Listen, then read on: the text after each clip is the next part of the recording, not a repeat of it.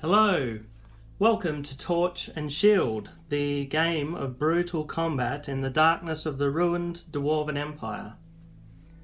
There's been a number of requests to see a solo game in action, so today we're going to play through a small solo game with two crews of dwarves. We have a Copperbrow crew that consists of two Shortbeards, one with a firelock and a torch, a second Shortbeard with two pistols, and a clansman that has a battle axe, and are led by a Thane who is armed with a hammer. He's also wearing plate mail and he carries a shield. In the other crew, the Bulldar crew, we have a clansman with a axe and a shield. We have another clansman with a pick and a sword. And we have a Shortbeard with a halberd who's carrying a lantern. We also have them led by the Thane with a great axe. In this particular run-through game, the Copperbrows are going to be the AI crew, and I'll be playing the Bulldar crew, which is on this side, closest to the camera.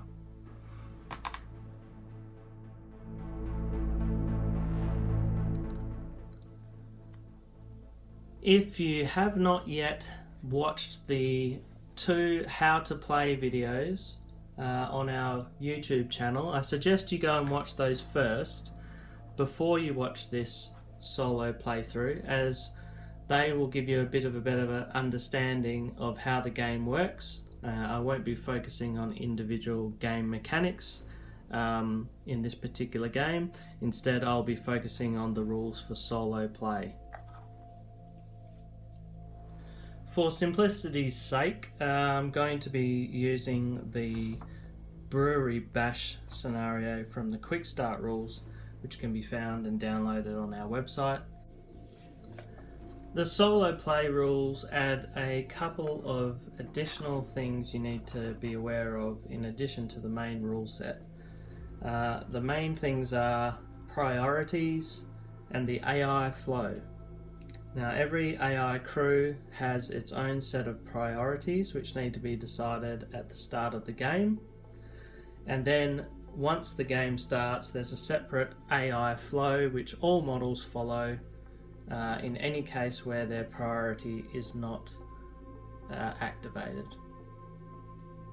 So for this particular game we need to flip the coin of fate to determine what the priority is for the Copperbrow crew in this game. So if it comes up a tails, which is the money bag, then they will be tactical, and if it comes up heads, they will be aggressive. So let's see what they get.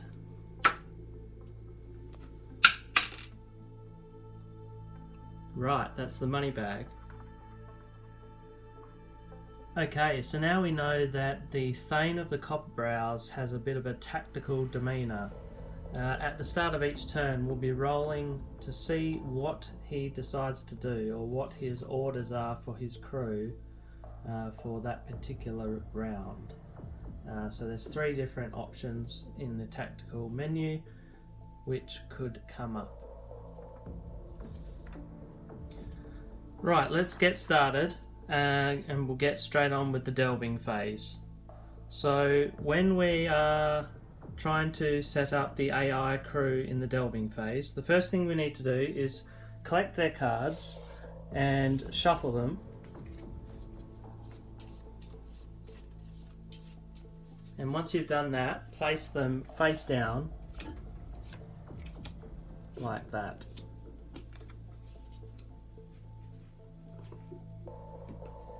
Now that you've got the cards face down, you draw your cards for your crew as normal, which I've done here. Then you need to draw a card for each of the warriors in the AI crew. These cards are placed face up on top of the profile cards. You can see now that you know the order the enemy AI crew will activate in, but you don't know which warrior will activate or when. As the delving phase goes on, you will reveal the warrior underneath, and then we will follow the AI flow or the priorities to determine what that warrior does. Right, let's get started by finding out what tactical priority the AI crew has. We're going to roll a dice. Okay, so we've got a 1. That's the take them down priority, which says if activating an enemy warrior with a ranged or reach attack weapon, they will target your warriors that have taken damage, or when warriors in the crew have the option of engaging multiple warriors in your crew, they will try to outnumber your warriors rather than fight in separate contests. So it's important to remember that the priorities will take precedence over any of the AI flow. So if you can achieve what's on the priorities with one of the enemy AI warriors, you need to carry it out. So getting started with the delving phase, I have 2 aces, so I'm going to be going first before any of the warriors in the AI crew. So let's get on with that. I'll start by using the ace of diamonds to rush with the Thane Scar. He's going to move 8 spaces.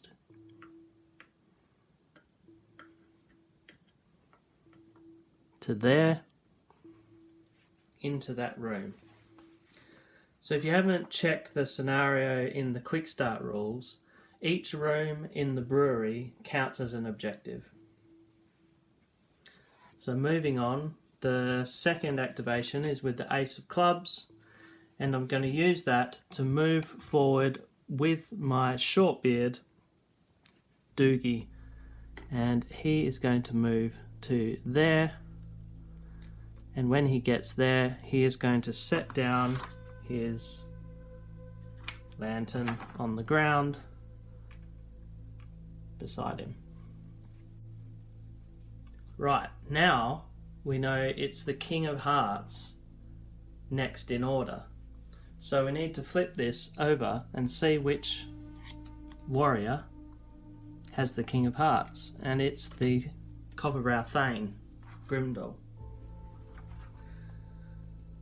So checking the tactical priority, he doesn't have ranged or reached attack weapons, and he can't see any enemy warriors presently. So we're going to move over to the AI flow to see what he does. He's not knocked down, so we move to the next step. He's not engaged, so we move to the next step. He isn't in a combat zone, so we move to step 4. He hasn't captured an objective, so we move to step 5. But now we can see step 5 says, if the warrior has line of sight to an objective, their crew has not captured or denied. So we know the enemy Thane does have line of sight to an objective, their crew has not captured or denied, because each room is an objective. So he's going to try and move into range to capture the objective. Right, so let's move the Thane. It makes sense that he's going to try and stop the enemy getting into the room, so we're going to put him there. Sometimes you need to add a little bit of your own common sense to the activations of the AI crew. In this case, he's achieved his AI flow of moving onto an objective, and we can move on to the next person in initiative order. That comes back to my crew with the King of Clubs, and I'm going to use that to move this warrior, the clansman, over to this door. Again, I'm next with the Jack of Clubs, so I'm going to move my last warrior, and he's just going to move forward up behind the Shortbeard. Now we can resolve the remaining AI crew moves. So let's see who's under number 10.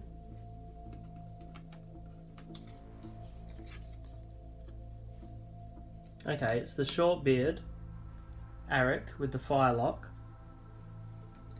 So again, if we're checking the priorities, it doesn't apply to him presently. Even though he does have a ranged attack weapon, there's no warriors that have taken damage in my crew yet. So going back to the AI flow, again, he ignores the first 4 of the AI flow because he's not knocked down, he's not engaged, he's not in a combat zone, and he hasn't captured an objective. However, he does have an objective in line of sight, the room directly opposite. So he's going to try and move in range of that objective. The fuel counter hasn't run out, so he won't rush, even though he's got a diamond. But it does say that at the end of his move, any player warriors in line of sight will be subject to ranged attacks. So, if we move him forward 4 squares, we can get him into a spot where he can take a shot at my warrior here in this room. Because the shortbeard moved, it reduces his martial skill by 1 for the shot. So he's only going to be rolling a single dice. So he's missed. He's rolled a 4. That's the end of the shortbeard's activation. Let's move on to the next card in the order. It's the other shortbeard, Burlock.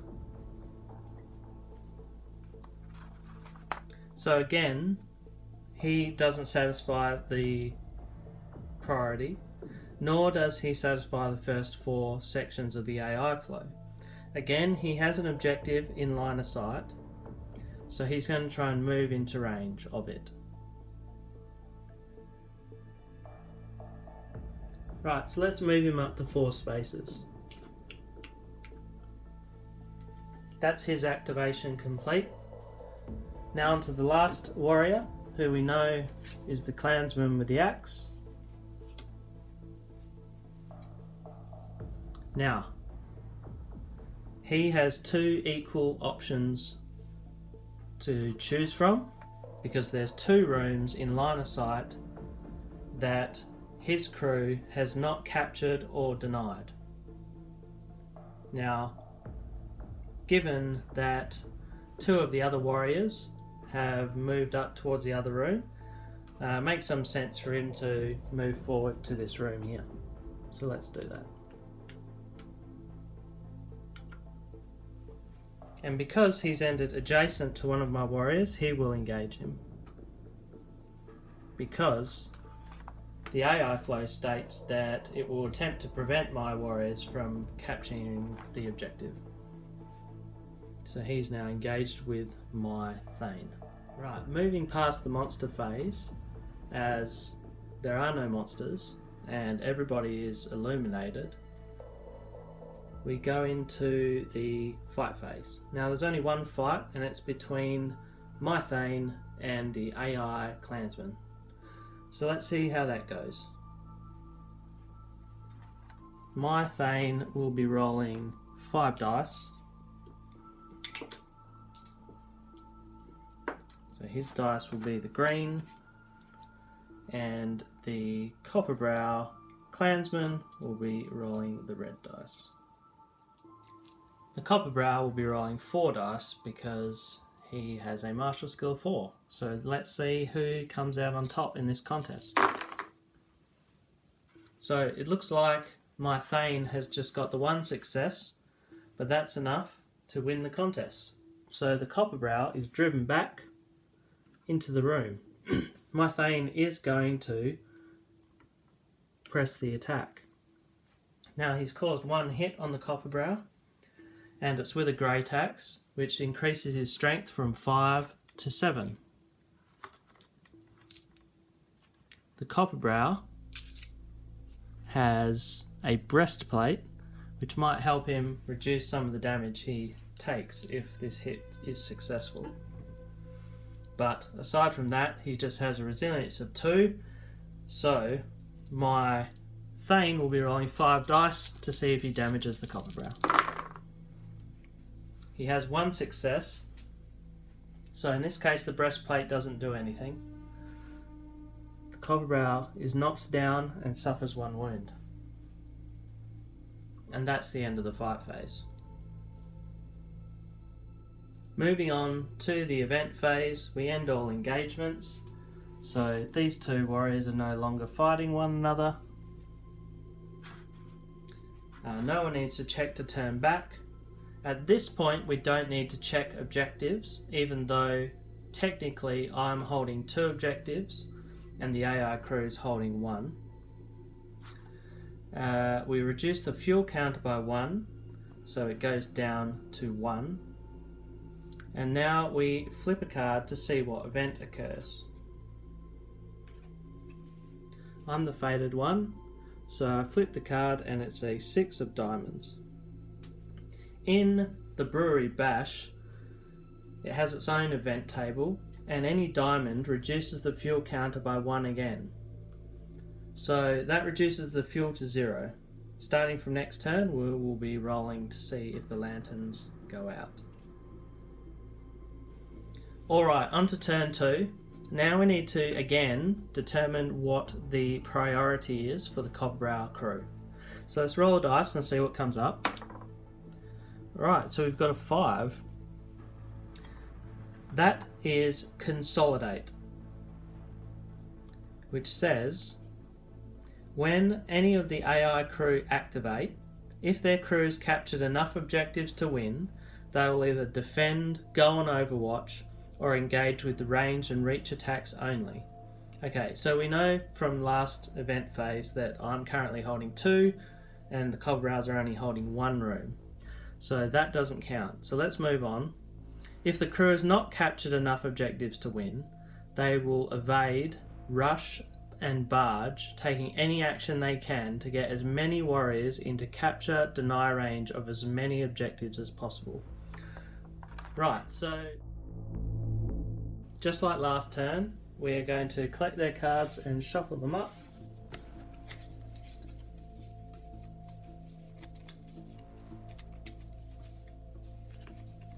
And then place them face down.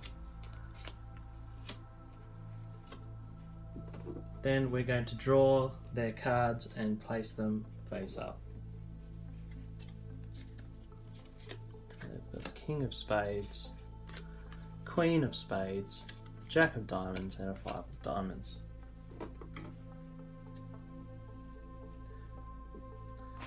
Now I draw my cards, and I've drawn a rather low hand of cards, but the good thing about it is there's quite a few hearts.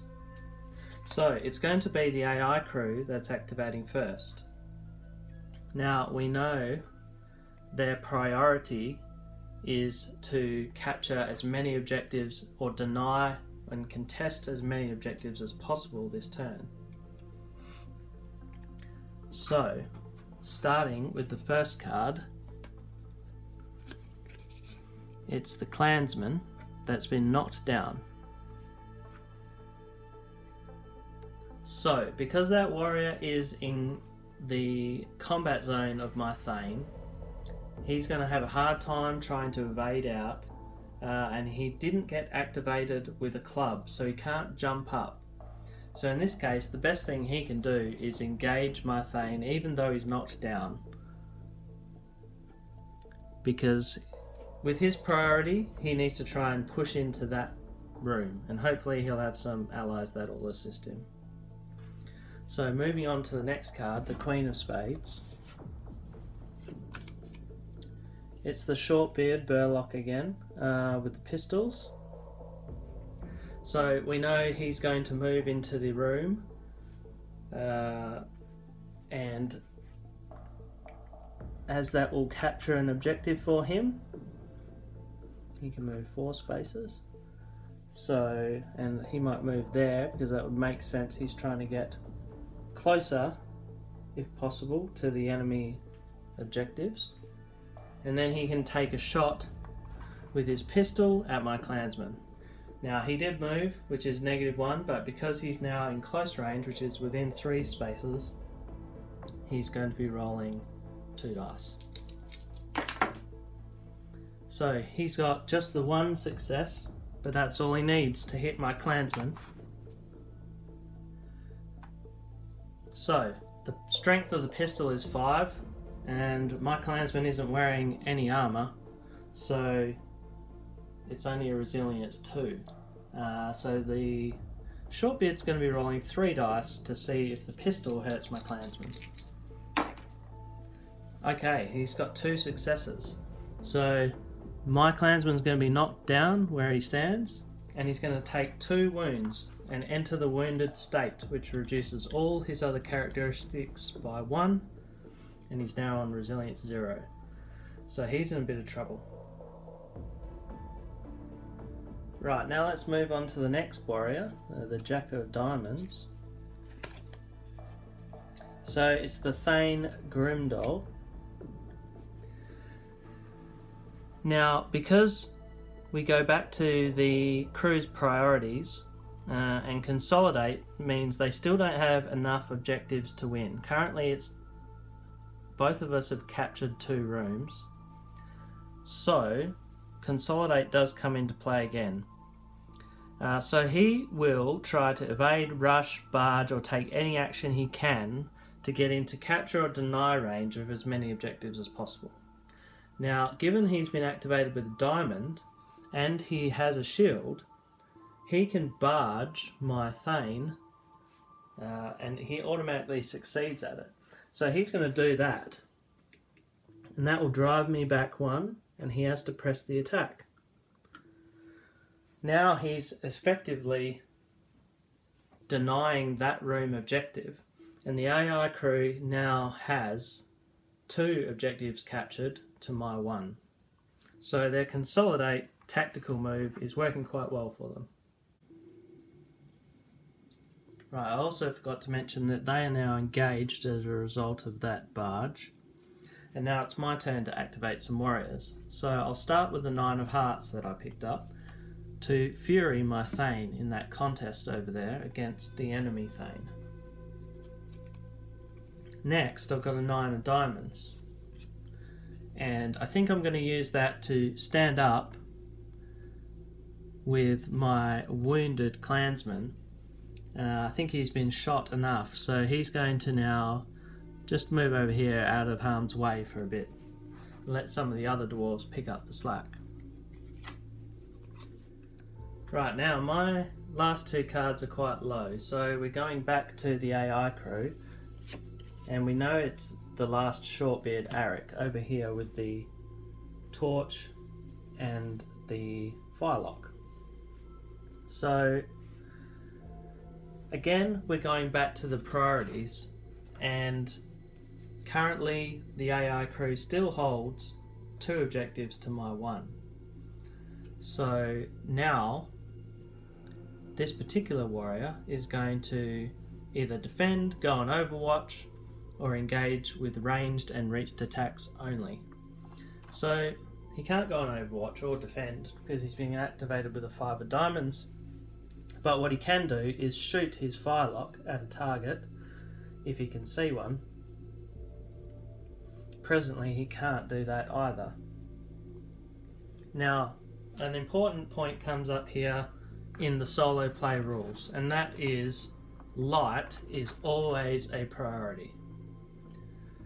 So for this particular shortbeard, if he moves into the room in front of him, or if he approaches back towards his other warriors, he's going to end up leaving some of his warriors in the dark. So because light is always a priority, and because his consolidate basically says he's just going to hold his ground at the moment, it makes sense for him to stay where he is this turn. But he will reload since he's already fired. And that automatically succeeds, and he's now ready for action again. Right, now on to my last 2 activations. First, I'm going to move and engage with my clansman with the 4 of hearts. He's going to engage the shortbeard in that room. Lastly, I'm going to move my shortbeard into this room and assist in this fight against the enemy Thane.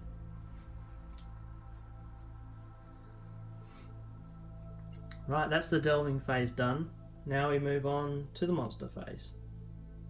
Unfortunately, my shortbeard didn't place his lantern in the most ideal spot, so he needs to make a danger in the dark roll in the room that he's in.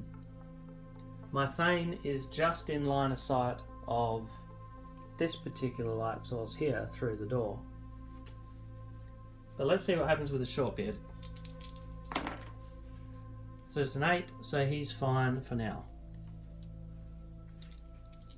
Right, seeing as there's no other monsters, we move straight on to the fight phase. Right, in this fight phase we have 2 fights, 2 contests. We have this one here with the shortbeard with 2 pistols against my clansman. So let's resolve that one first. The shortbeard's going to be rolling 3 dice because he is a shortbeard. My clansman will be rolling 4 dice. So let's see how that plays out. Let's re-roll that one.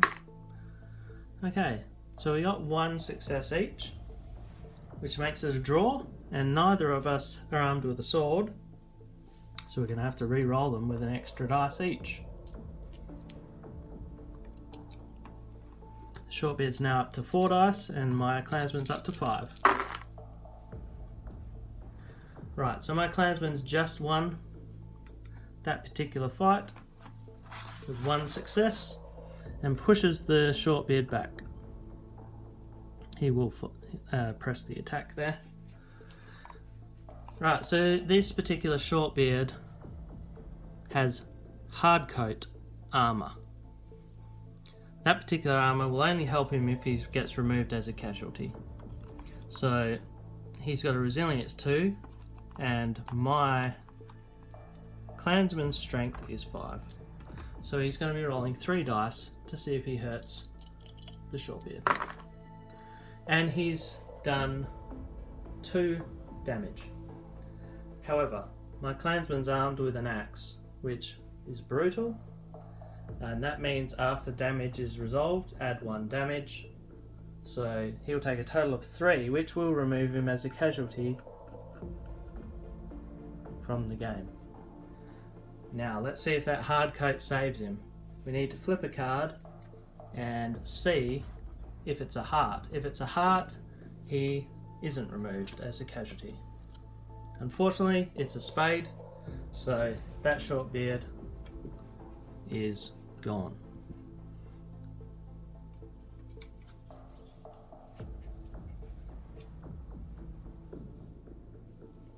Okay, let's move on to the next fight.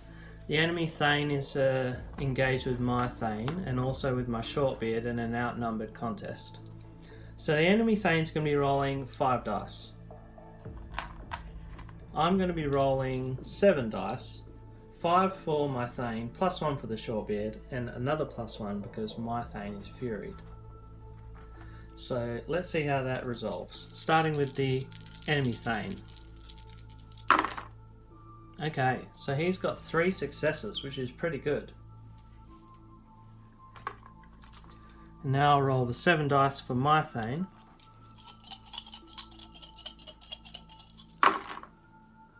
I only got 2 successes. So, I get hit and driven back by the enemy Thane. Taking 1 hit, the enemy Thane now will try and hurt mine, and he's got a strength of 5 against my resilience of 2. So he will be rolling 3 dice. I'll re-roll that one. Okay, so he didn't succeed, But the enemy Thane has a valor point, and the AI crew rules state that whenever they can use their valor point to gain an advantage, they will do so. So he's going to change one of these to a success, which does wound my Thane. Now, my Thane has a fortune point, and he's going to use it in this instance so that he's not knocked down and just suffers one flesh wound. Nevertheless, he's still been wounded, and his resilience has now been reduced to 1. So that is the fight phase complete. Now we move on to the event phase. Okay, moving on to the event phase again. Now these warriors are separated, they're no longer engaged with one another. We don't have to worry about objectives or turning back. We just need to roll for light sources. So let's roll for this lantern here and see if it goes out. No, it's fine. And this torch here, no, they both keep burning. Now we just need to flip a card and see what event we have. So we get an Ace of Hearts.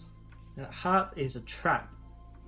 So let's roll a dice and see who is hit by the trap in my crew, because I'm the fated one. Oh dear, it's Doogie the Shortbeard. So he has a craft of 1. He can try and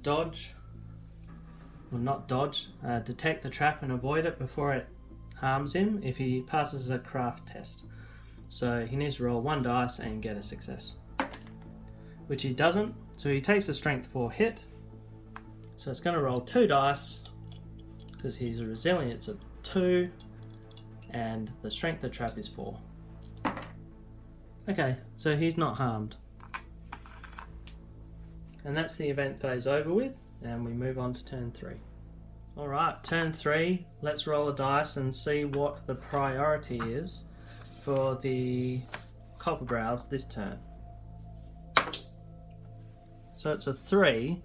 They've got I'll deal with them, which is if activating enemy heroes, they will challenge my warriors to a duel if they can. If they activate with any other card, they'll try to engage the heroes if possible. Any other enemy warriors that activate after the heroes will attempt to move and engage my warriors to ensure that their heroes are not outnumbered in the contest. Okay. So that's pretty simple to resolve because the enemy crew only has 1 hero, which is the Thane. But let's move on with the drawing of cards.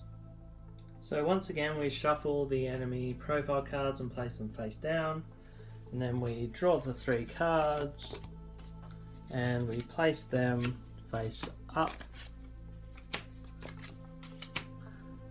on top of the enemy profile cards. Right, so now drawing my cards for my crew, we can move on with the delving phase. So again,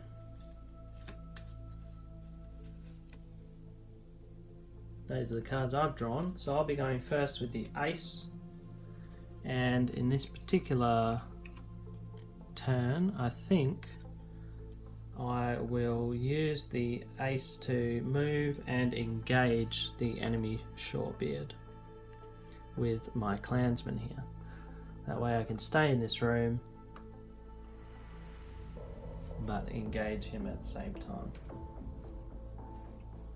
Now moving on to the enemy crew, we can see that first up is the Queen of Hearts here. So let's see who's going first, and it's the enemy Thane.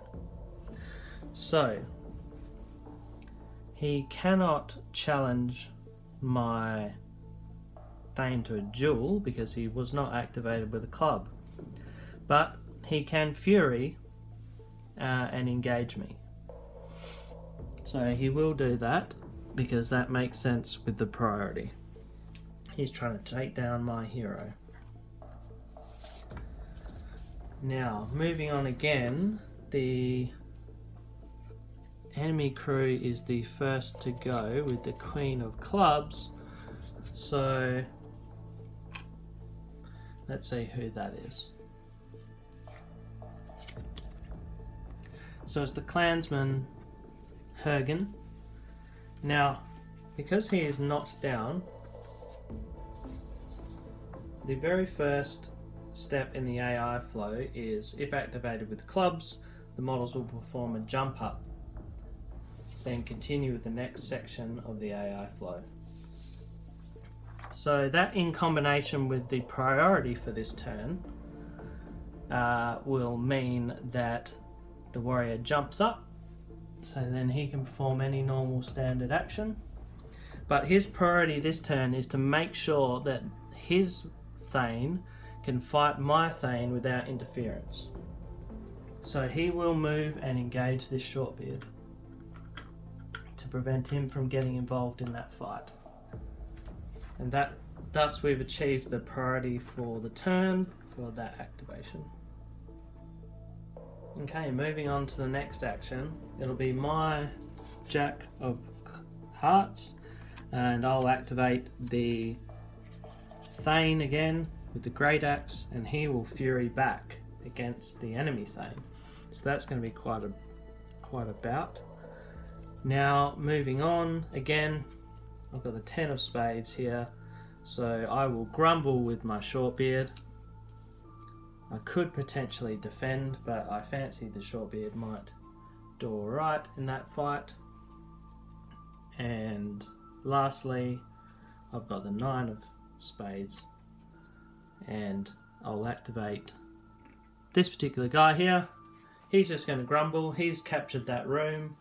He's in poor shape, so I think he's better off just holding that room and trying to get the victory point at this point. Then we'll move to the last warrior in the enemy crew, which we know is the Shortbeard with the Firelock. He can't help with the priority this turn, and so we go straight to the AI flow. He's not knocked down, but step 2 of the AI flow is if the warrior is engaged. So he is engaged, and it says, if activating with hearts, they will perform a fury. So that's pretty simple. The Shortbeard furies against my clansman there. And that's the end of the delving phase. So moving on into the monster phase, first thing we need to do is danger in the dark.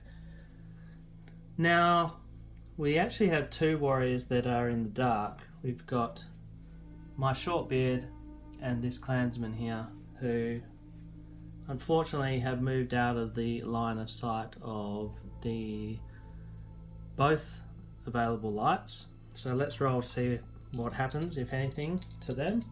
The Shortbeard. Okay, so a monster has spawned next to my Shortbeard.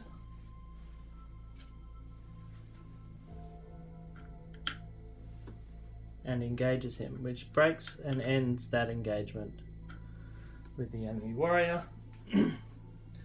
And we'll see if the enemy warrior, the clansman, is alright, or if he's... oh dear. So that is a Snake Eyes, and that will be an uh-oh. He just disappears into the darkness, dragged into the walls when the rest of the warriors weren't paying attention. So it's a grisly demise for the Copperbrowed clansman. And that's the end of the monster phase. Alright, moving on to the fight phase. Let's start with the Shortbeard and the monster. So my Shortbeard will be rolling 3 dice.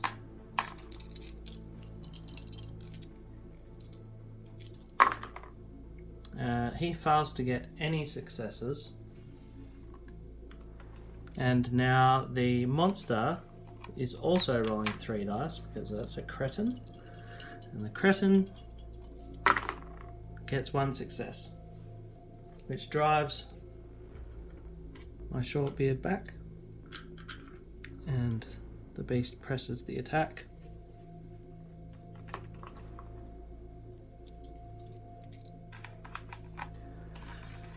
Now, the beast has a strength of 3 and the shortbeard has a resilience of 2, so it'll only roll 1 dice to try and hurt him.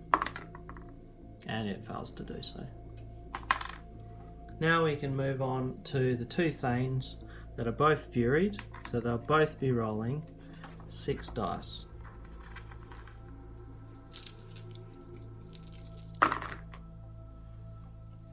Right, so he scored 2 successes, which would be 2 wounds and would remove my Thane as a casualty, but this Thane has a second fortune point which he's going to use to turn it into a flesh wound again, but he's now in the wounded state, so he's got a resilience of 0 for the remainder of the game. Starting with the enemy Thane, rolling 6 dice. Right, so the enemy Thane has scored 3 successes. Now let's roll dice to see how my Thane does. Oh, and my Thane has done very poorly indeed. He's only scored, well, he scored no successes at all.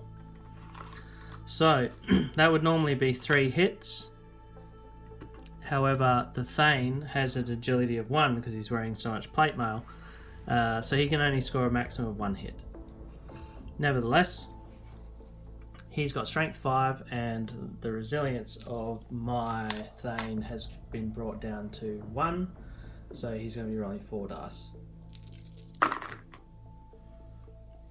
Right, so he scored 2 successes, which would be 2 wounds and would remove my Thane as a casualty, but this Thane has a second fortune point which he's going to use to turn it into a flesh wound again, but he's now in the wounded state, so he's got a resilience of 0 for the remainder of the game. And on to the last fight, the furied shortbeard over here, fighting against my clansman. So the furied shortbeard will be rolling 4 dice. He didn't fire his firelock this turn, so he has no penalties in this combat. He scores 1 success. And my clansman, who's also rolling 4 dice, scores 2. So he knocks him back, and I will not press the attack. I'm going to stay in my room for the time being.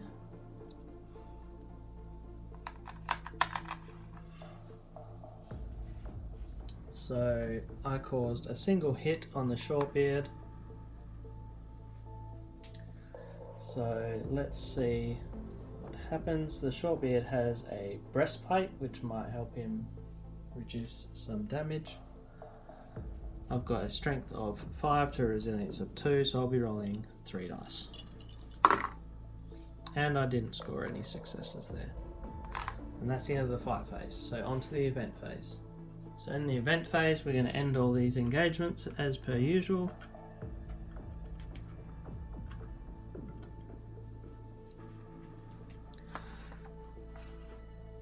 Now we're going to roll the dice for the lights to see if any of the lights go out. So we'll start with this lantern here, which does burn out, which is bad news for my clansman.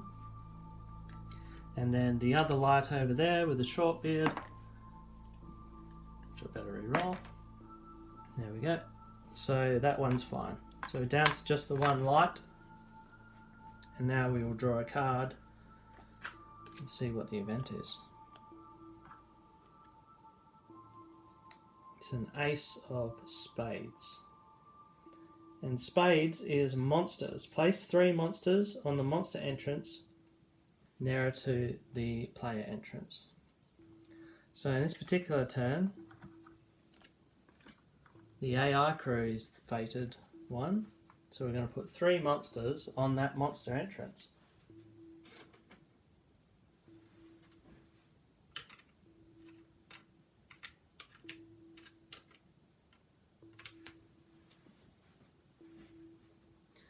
And that ends the event phase. Alright, next turn, back to the delving phase. We've got the AI crew's down to 2 warriors, so let's roll to see what their priority is this turn. And it's a 3 again. So again, the enemy Thane has got it in his head he wants to take down my Thane. He must have sworn an oath to do so. So there's a bit of a grudge going on here. So let's get some cards and we'll put them down on top of the shuffled crew cards. So there we go. And I'll draw my crew. And we got a pretty ordinary hand there. So let's see who's first on the... Actually no, we can't do that yet because I've got a Queen of Diamonds. So the first thing I'm going to do with that Queen of Diamonds is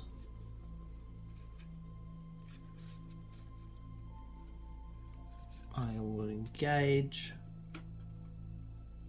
I'll just engage the enemy Thane, I think, seeing as I'm in that combat zone there.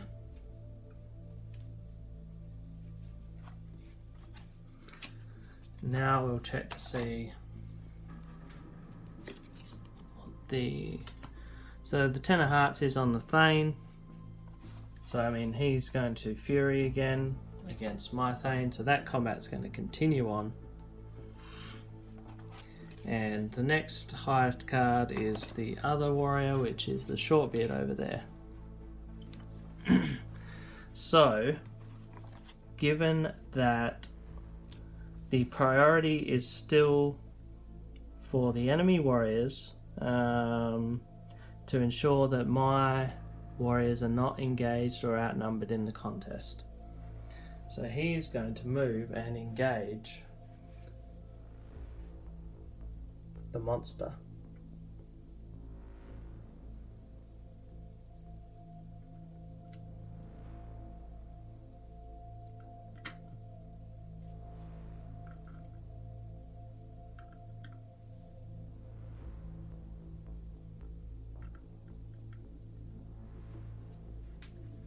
The reason being, if he doesn't do so, that monster will engage the Thane and prevent the Thane from fighting my hero.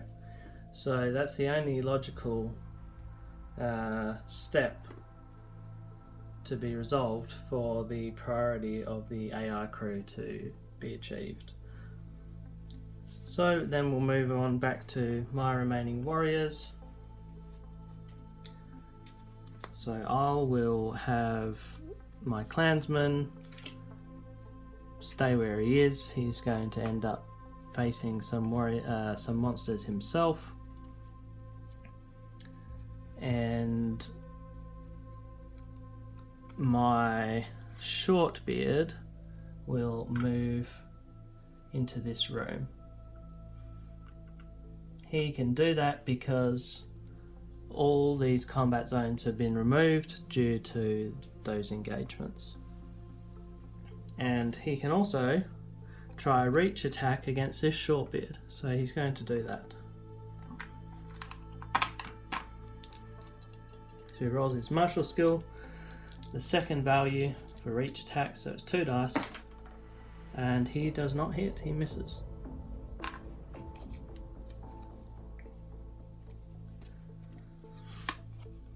Right, so that's that. And my other 2 clansmen are just going to grumble. They're holding their rooms even though they're in the dark. So let's move on to the monster phase and see what happens next. So on to the monster phase. First we do danger in the dark. So my clansman in this room is in the dark, so let's see if anything ugly occurs. No, he's fine this time. Now this fellow as well is in the dark, so we'll roll for him as well. And he has a monstered land down next to him. Again, that's another cretin.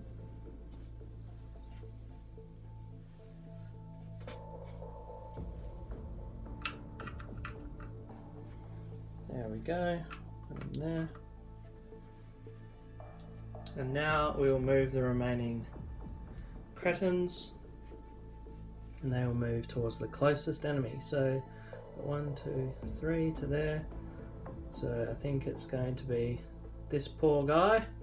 And the problem with cretins is they do mob you. 1, 2, 3, 4. He will engage him though because he is less movement away than getting to that particular space there.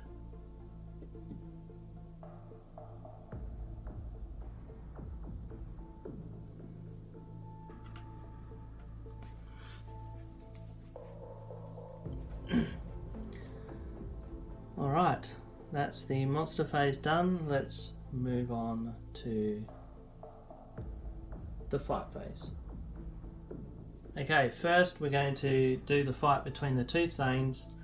The AI Thane is Fury, the Copperbath Thane, so he'll be rolling 6 dice. My Thane is in the wounded state and he's not Furied, so he's only going to be rolling 4 dice because all of his characteristics have been reduced by 1. So let's see how the Copperbath Thane goes. So he scores 2 successes. And now let's see how my Thane goes. He only scores 1, so he's hit again. And he's driven back. I'll go to there, so as I'm not cornered. But he has scored 1 hit on me. Now, he has a strength of 5. And unfortunately for my Thane, his resilience is now on 0.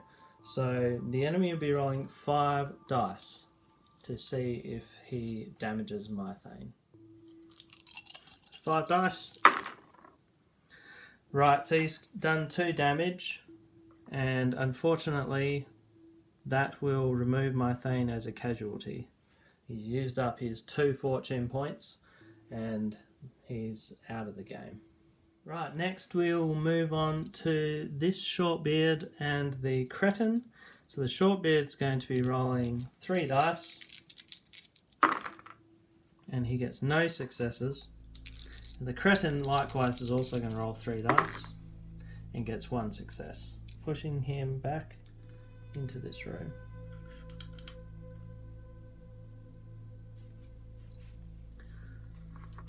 So he's been hit once, but the Cretin only rolls 1 dice to wound to cause damage because he only has a strength of 3 to the resilience of 2 of the Shortbeard, and does not have the Shortbeard. Moving on to this Cretin against this particular Shortbeard here. Again, it's a 3 dice versus 3 dice situation. So my Shortbeard scores 1, and the Cretin also scores 1. So they're going to roll them again with an extra dice. So we're on to 4 and 4. My Shortbeard scores 1 again. The Cretin also scores 1. So this is just going on. We're up to 5 dice each. The Cretin scores none, even on 5. My Shortbeard scores 2. Right, so he scores 1 hit because his agility is 1 because he's just lugging around a heavy halberd. But it does increase his strength by 1. So he's rolling 5 dice against the Cretin to kill it. And he does so. Now my poor clansman over in this room is facing off against 3 Cretins. So they normally have martial skill of 3, but it goes up to 5 for the 2 supports. So let's see how they go. They only get the 1 success. And now my clansman will roll 4 dice. He also gets 1 success. Now, unfortunately for him, he is in the dark. And there is a monster in the dark. So that monster will win the contest, causing 1 hit, because monsters win draws in the dark. So my warrior is driven back to there, suffers 1 hit, and he will try to block that hit with his shield, which he does. And that ends the fight phase. Right, so on to the event phase. First we need to, still no crew is about to turn back, but we need to test to see if that light goes out, so let's roll for that torch. Nope, the torch keeps burning. And now we're going to draw an event card, so draw the event, and it's a spade again. So this turn it's going to be 3 monsters on my monster entrance.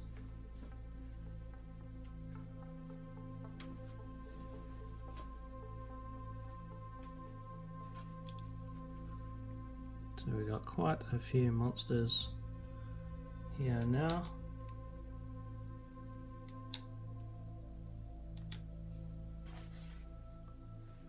That's the event phase.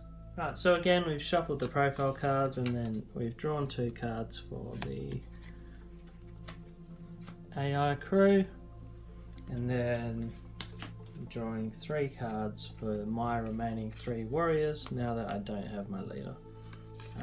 So we've got King, an 8 and a 5. So I'll be going with all 3 before them.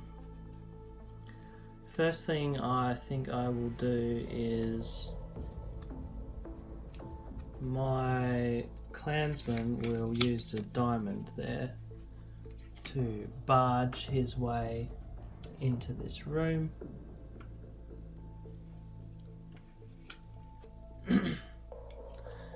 And then I will use my 5 of hearts here to fury with my short beard against this short beard here.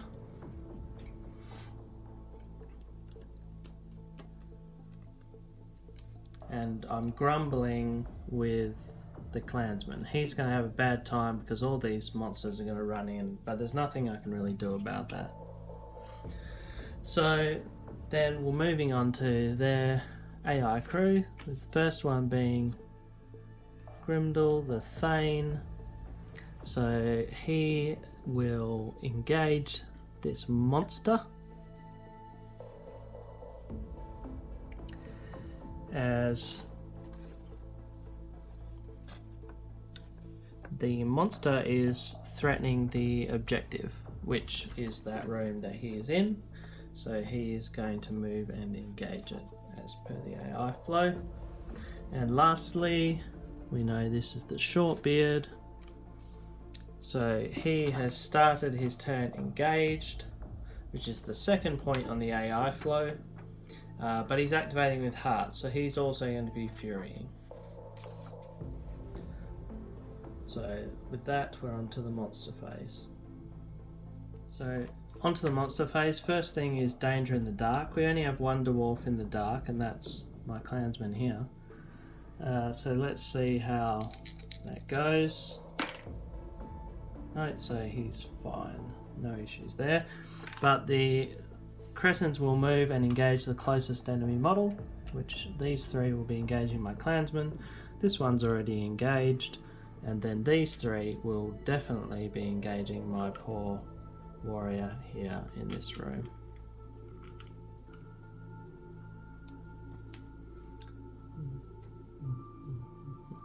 Yep.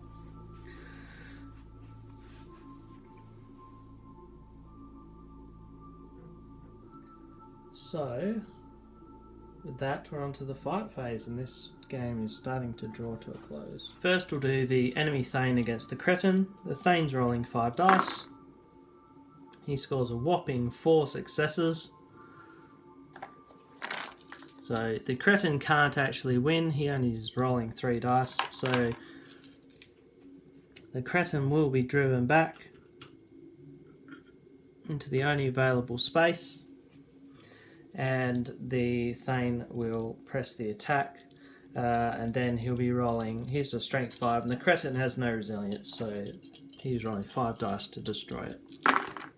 And he does. Cretin is removed. Now we've got my poor clansman in here on his own against these 3 cretins. My clansman's going to be rolling only 3 dice because he's in the wounded state. So let's see how he does. He gets a single success. And the cretins, unfortunately, will be rolling 6 dice. So 3 dice for the cretin, 2 extra for being supported, and 1 extra for being in the dark. So my clansman is in a bit of trouble. And so they each got 1 success, but because they're in the dark, they win draws, scoring a single hit on my clansman, who will be driven back. Now onto the roll for damage. The cretins normally have a strength of 3, but because they have 2 supporting cretins, they have the swarm special rule, which adds 2 to the strength, making their strength 5. To make matters worse, my clansman's on resilience 0 because he's in the wounded state, so they will roll 5 dice to try and hurt him, and they only need a single success to remove him as a casualty. And they got 2. So that is the end of my clansman. He is removed. Now we'll move on to the last 2 fights. First we'll do my other clansman, who's facing off against 3 cretins. He rolls 4 dice.